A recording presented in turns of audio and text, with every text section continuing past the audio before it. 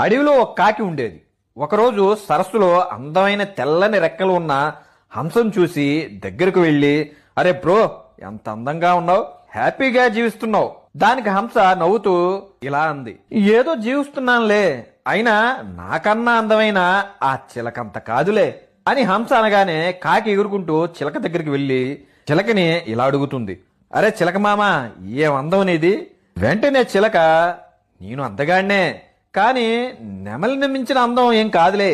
కాకి ఆ మాట వినంగానే వెంటనే ఎగురుకుంటూ నెమలిని చూడడానికి వెళ్తుంది. అడవి మొత్తం ఎగురుతూ నెమల కోసం వెతుకుతుంది. ఎక్కడా కనిపించదు. తిరిగి తిరిగి అడవికి చివర ఒక బంగ్లాలో ఉందని తెలుసుకొని హుటాహుటిన అక్కడికి వెళ్తుంది. అక్కడికి వెళ్లి చూడంగానే నెమలి ఒక పంజరంలో బంధించి ఉంటుంది. అక్కడ జనాలు నెమలతో సెల్ఫీలు తీసుకుంటున్నారు. కాకి ఆశ్చర్యపోతూ దగ్గరికి వెళ్లి, అరే నువ్వు చాలా ఫేమస్, నువ్వు నీ అందం, అబ్బా ఒక సెలబ్రిటీవి. కాకి అలా అనగానే నెమలి నిట్టూరుస్తూ తల ఉంచుకుని బాధతో, ఏం లాభం, అందంగా ఉన్నాను కాబట్టే నాకు ఈ కష్టాలు.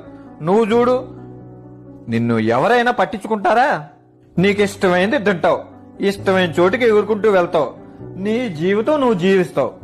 ఆ మాట కాకి తత్వం బోధపడుతుంది. దేవుడు నీకిచ్చిన జీవితాన్ని జీవించకుండా పక్క వాళ్ళ జీవితాలను చూసి ఏడిస్తే నీ జీవితంలో ఉన్న ఆనందాన్ని పోగొట్టుకుని జీవితాంతం ఏడవాల్సి ఉంటుంది. సో